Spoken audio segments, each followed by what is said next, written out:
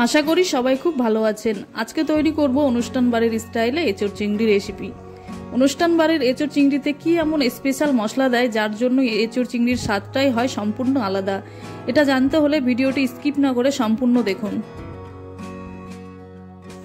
তাহলে দেখে নেওয়া যাক আজকের রেসিপি। আর চ্যানেলে নতুন হলে চ্যানেলটিকে অবশ্যই সাবস্ক্রাইব করে পাশে থাকবেন। এইখানে আমি 1 কিলো এঁচোড় একটু বড় বড় করে কেটে নিয়েছি এবং জলে ভিজিয়ে রেখেছি যাতে এঁচোড় কালো না হয়ে যায়। সাথে নিয়েছি 400 গ্রাম আলু, একটু বড় করে কেটে নিয়েছি। আলুটা এঁচোড়ের মধ্যে দিয়ে দেব, আর সাথে দিয়ে দেব সামান্য হলুদ গুঁড়ো ও লবণ।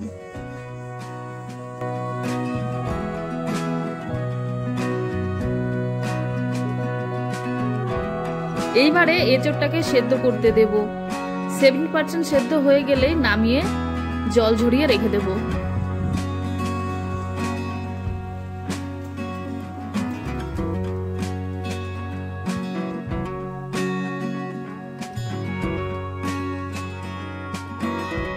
এইখানে আমি 500 গ্রাম চিংড়ি মাছ নিয়েছি। চিংড়িগুলো একটু বড় সাইজের নিয়েছি। এবারে চিংড়িগুলোকে লবণ ও হলুদ দিয়ে ভালো করে মাখিয়ে 10 মিনিট রেখে দেব।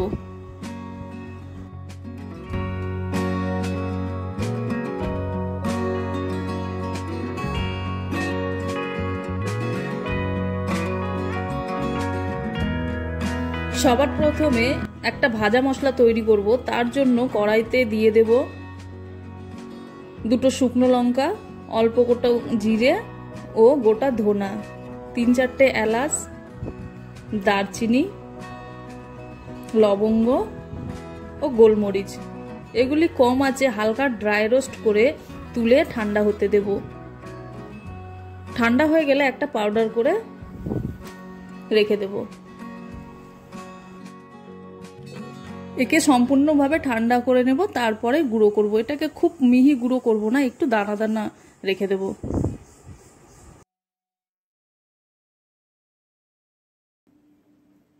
কড়াইতে সর্ষের তেল দিয়ে দিব। তেলটা ভালোভাবে গরম করে চিংড়ি মাছগুলি দিয়ে ভাজবো। চিংড়ি মাছগুলি খুব বেশি ভাজার দরকার নেই। কালারটা লালচে হয়ে গেলেই চিংড়িগুলোকে নামিয়ে নেব।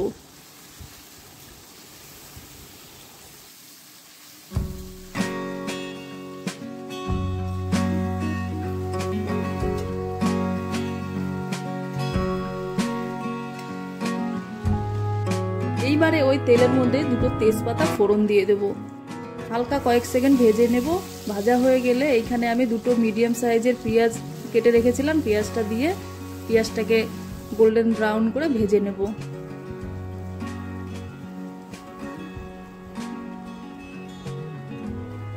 পেঁয়াজটা ভালোভাবে ভাজা হয়ে গেলে এইখানে আমি আদা ও রসুন বাটা দিয়ে দেবো এবং আদা রসুন বাটাটা ভালো করে কষিয়ে নেব যাতে আদা ও রসুনের কাঁচা গন্ধটা চলে যায়।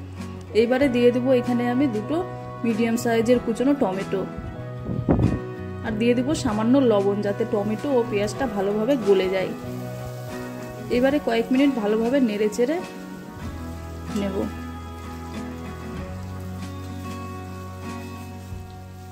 পেঁয়াজ টমেটো একটু নরম হয়ে গেলে এইখানে আমি কিছু গুঁড়ো মশলা অ্যাড করব। প্রথমেই আমি দিয়ে দেবো 1 চামচ হলুদ গুঁড়ো, 1 চামচ জিরে গুঁড়ো, 1 চামচ ধনে গুঁড়ো ও ঝালের জন্য 1 চামচ লঙ্কা গুঁড়ো ও কালারের জন্য দিয়ে দেবো 1 চামচ কাশ্মীরি রেড চিলি পাউডার।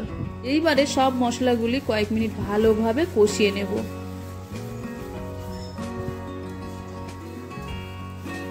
মশলাটা যখন ভালোভাবে কষানো হয়ে যাবে তখন দেখবেন যে মশলা থেকে তেলটা আলাদা হয়ে গেছে এবং সুন্দর একটা কালার চলে এসেছে। এইবারে আমি দিয়ে দেব সেদ্ধ করা এঁচোড় ও আলু। মশলার মধ্যে দিয়ে দেব এবং ভালোভাবে কষিয়ে নেব। এইখানে এঁচোড় ও আলুটা আলাদা করে ভাজার দরকার নেই, আমি এইখানে মাংসর মতো করেই কষিয়ে নেব। এইবারে মশলার সাথে এঁচোড় ও আলুটাকে ভালো করে মিশিয়ে নেব এবং 2 থেকে 3 মিনিট কষিয়ে নেব। তারপরে এইখানে আমি 2 চামচ টক দই দিয়ে দেব। তারপরে দিয়ে দেব স্বাদ অনুযায়ী লবণ।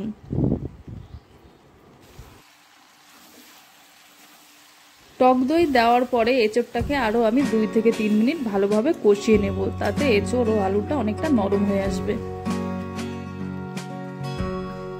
এইবারে একটা ঢাকা দিয়ে কম আঁচে 5 মিনিট রেখে দেব।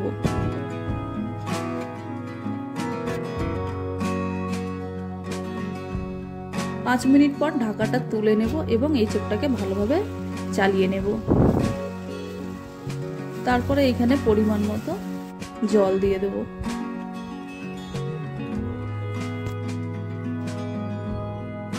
আর সাথে দিয়ে দেব 4-5টা কাঁচা লঙ্কা। এবারে ভেজে রাখা চিংড়ি মাছগুলো দিয়ে দেব।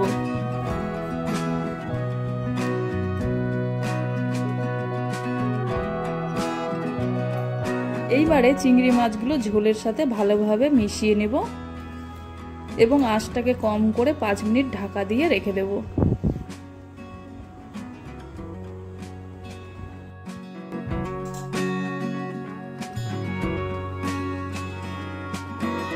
এবারে 5 মিনিট পর ঢাকাটা তুলে দেব এবং আস্তে করে চালিয়ে নেব যাতে এঁচোড় ভেঙে না যায়। তারপরে এইখানে আগে থেকেই যে একটা ভাজা মশলা করে রেখেছিলাম সেটি এইখানে 1 চামচ দিয়ে দেব এবং ভালোভাবে মিশিয়ে নেব। মশলাটা মিশিয়ে নেব আর তারপরে গ্যাসটা বন্ধ করে দেব। তাহলেই তৈরি হয়ে যাবে আজকে আমার এঁচোড় চিংড়ি রেসিপি। আপনারাও বাড়িতে এইভাবে ট্রাই করে দেখবেন, অসাধারণ লাগবে খেতে। আর যদি ভিডিওটি ভালো লেগে থাকে তাহলে অবশ্যই লাইক করবে, কমেন্ট করে জানাবে এবং চ্যানেলে নতুন হলে চ্যানেলটিকে সাবস্ক্রাইব করে পাশে থাকবে।